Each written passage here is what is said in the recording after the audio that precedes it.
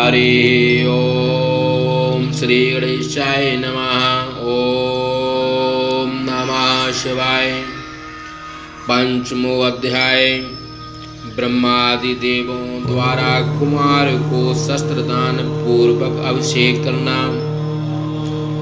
ब्रह्मा जी बोले, उसी समय विश्वकर्मा द्वारा रचित अत्यंत अद्भुत तथा शोभा संपन्न एक रथ दिखाई पड़ा। उस रथ में 100 पहिए थे। वह बड़ा विस्तीर्ण और मनोहर था। उसकी गति मन के समान वेगवान थी। वह श्रेष्ठ रथ शिव के पार्षदों से आवेष्टित था। पार्वती ने उसे कुमार के लिए भेजा था। फिर परम ज्ञानी अनंत तथा शिव के वीर्य से उत्पन्न हुए कार्तिकेय गलानी से युक्त हो उस रथ पर चढ़े। उसी समय कृतकाओं ने शोक से व्याकुल हो बिखरे हुए बालों से कार्तिकेय के पास जाकर उन्मत्त के समान कहा। कृतिकाएं बोली, हे कृपा सिंधु, आप हम सबको छोड़कर इस प्रकार निर्दय होकर किस प्रकार जा रहे हो। पुत्र का यह धर्म नहीं है कि जिस माता ने पालन पोषण किया उसका परित्याग कर चला जाए। हम लोगों ने बड़े स्नेह से तुम्हें बड़ा बनाया है। तुम हमारे धर्म पुत्र हो। अब तुम ही बताओ कि अब हम क्या करें, कहाँ जाएं और कैसे रहें। ऐसा कहकर वे कार्तिकेय को अपनी छाती से लगाकर वियोग से व्याकुल हो मूर्छित हो गईं।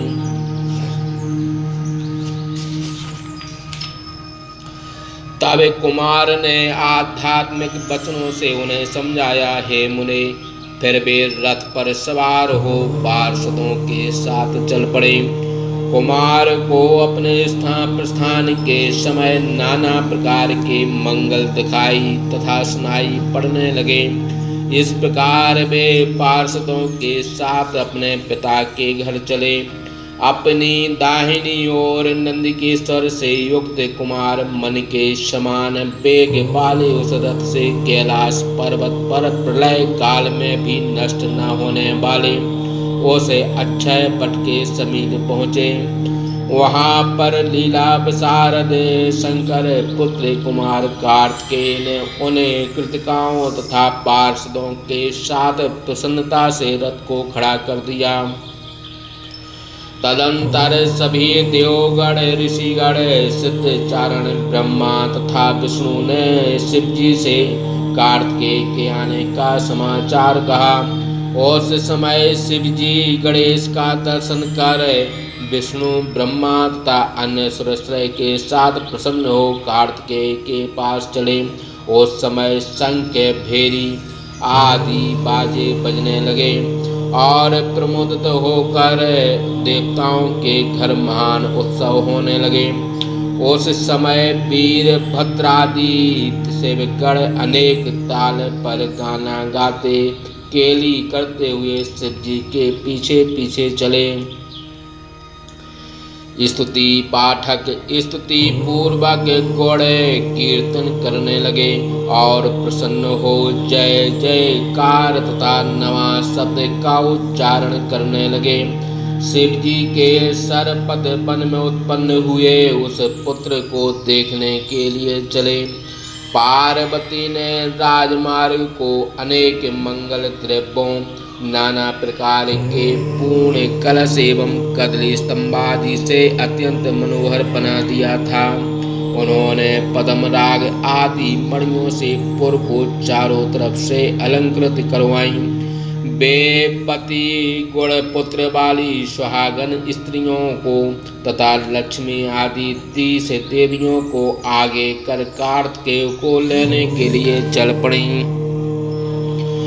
शिव की आज्ञा से रंबादि दिव्य अप्सराएं उत्तम वेश में सजकर मंद मंद हास पूर्वक गाती हुई एवं नाचती हुई चली।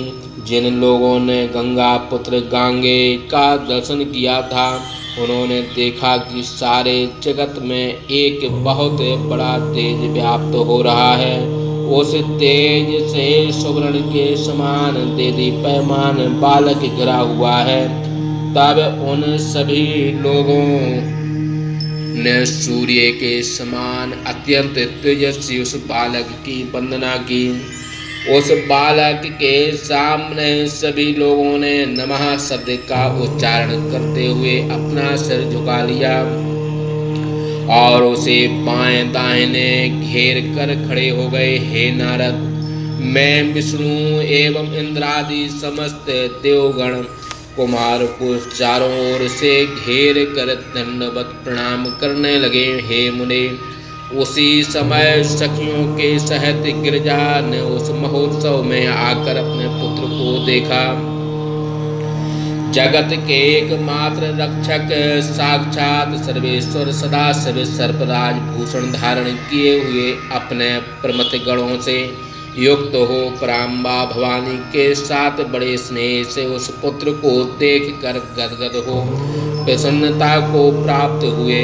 तब शक्ति को धारण किए हुए कुमार ने पार्वती एवं शिव को देखकर शीघ्रता से रथ से उतर उन्हें सिर से प्रणाम किया।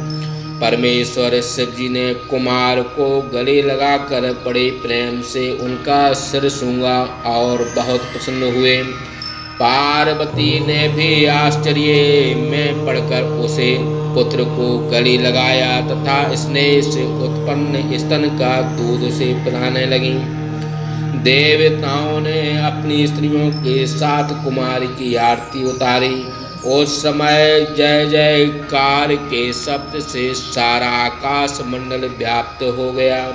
ऋषियों ने वेदों के उद्घोष से, गायकों ने गानों से तथा नाना प्रकार के बाजा बजाने वालों ने बाजे से उन कुमार का स्वागत किया। कांति से देदीप्यमान अपने उस पुत्र को गोद में धारण कर भवानी पति शंकर शोभा से संपन्न हो पुत्रवानों में श्रेष्ठ हो गए। इस प्रकार कुमार गणों के साथ शिव के घर पहुँचे। शिव जी की आज्ञा से देवगणों ने महोत्सव किया। उस समय देव एवं मुनियों से बंदमान होकर उनसे घिरे हुए दंपत्ति सवासव एक साथ परम शोभित हुए। इधर कुमार भी प्रेम से शिव जी की गोदी में बैठकर उनके कंठ में लिपटे हुए बांस की नांग को चढ़ाते हुए प्रसन्नता पूर्वक खेलने लगे। इस प्रकार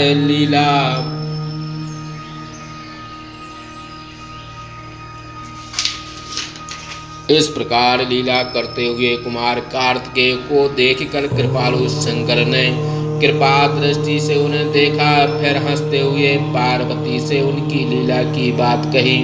सर्वव्यापक जगत के एकमात्र पोषक तथा रक्षक गिरिजा के सहित भगवान शंकर गदगद होकर मंद मंद हंसते हुए आनंद से विभोर हो कुछ न बोले। तदंतर जगतपति भगवान शंकर ने लौकिक लीला का अनुसरण करते हुए मनोहर रत्नों से जटित सिंहासन पर कुमार कार्तिकेय को बैठाया।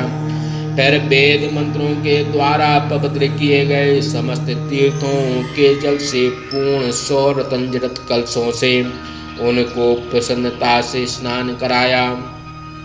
भगवान विष्णु ने उत्तम प्रकार के रत्नों से बनाए गए किरीट मुकुट बाजूबंद वैजंती माला एवं अपना चक्र सुदर्शन उन्हें दिया।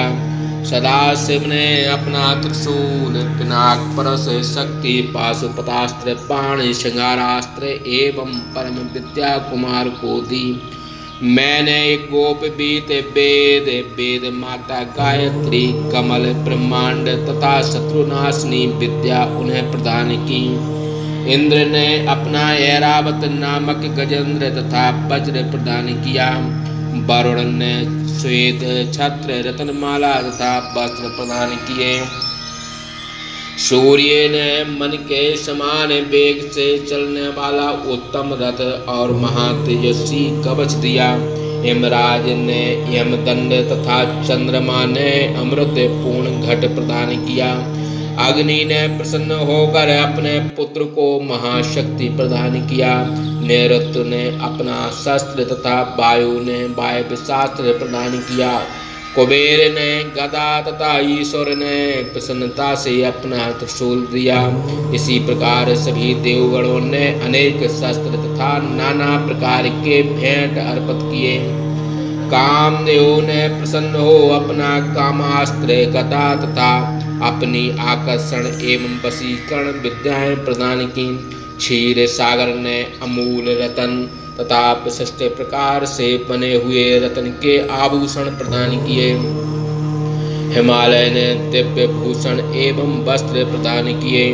गरुड़ ने चित्रवर्ण नाम का अपना पुत्र तथा उनके जेठे भाई अरुण ने महाबलवान चरण से युद्ध करने वाले ताम्रचूर्ण नामक मुर्गा दिया। मंद मुस्कान वाली पार्वती ने प्रसन्नता के साथ अपने पुत्र को परमेश्वरीय एवं चिरंजीवत्व प्रदान किया।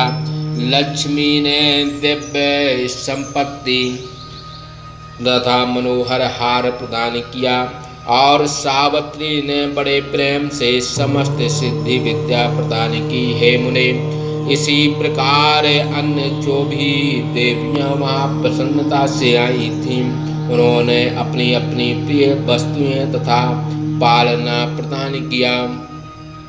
हे मुनि सत्तम, उस समय बहुत बड़ा महोत्सव हुआ और सब प्रसन्न हो गए।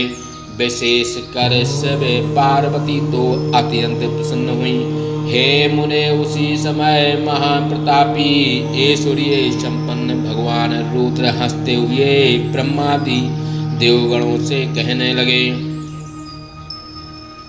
शिव जी बोले, हे हरे, हे विधाता, हे एवं देवगणों, मैं आप लोगों पर प्रसन्न हूँ। आप लोग अपना अभीष्ट पर मुझसे मांगिए। ब्रह्मा जी बोले। शिव जी के वचन सुन विष्णु आदि समस्त देवगण प्रसन्न होकर पशुपति से बोले, हे प्रभु, यह कुमार तारकासुर का वध करे, जिसके लिए यह सारा चरित्र हुआ है। हम लोग उसको मारने के लिए आज ही प्रस्थान करेंगे। इसलिए आप हम लोगों के सुख के लिए इस कुमार को तारकासुर के वध की आज्ञा प्रदान करें। पुनः देवताओं के वचन सुनकर सर्वव्यापी शंकर ने कृपा से अभिभूत हो देवताओं के कल्याण के निमित्त तथास्तु कहकर अपना पुत्र समर्पित कर दिया। शिव की आज्ञा से ब्रह्मा विष्णु आदि सभी देवगण मिलकर कार्तिकेय को आगे कर तारकासुर का वध करने के लिए तत्क्षण उस पहाड़ से चल पड़े। कैलाश से बाहर होते ही विष्णु की आज्ञा से विश्वकर्मा ने पर्वत के निकट ही अत्यंत मनोहर नगर की रचना की। उस नगर में उन्होंने अत्यंत मनोहर परम अद्भुत तथा अत्यंत निर्मल गृह कुमार के लिए निर्मित किया तथा उस गृह में उत्तम सिंहासन का भी निर्माण किया। ताबे परम बुद्धिमान विष्णु ने उस ग्रह में नाना प्रकार के मंगल करवाए और देवताओं के साथ सभी तीर्थों के जल से उस सिंहासन पर कार्तिकेय का अभिषेक किया। फिर कार्तिक को अलंकृत कर उनको प्रसन्न रखने की समस्त सामग्री वहां एकत्रित कर दी।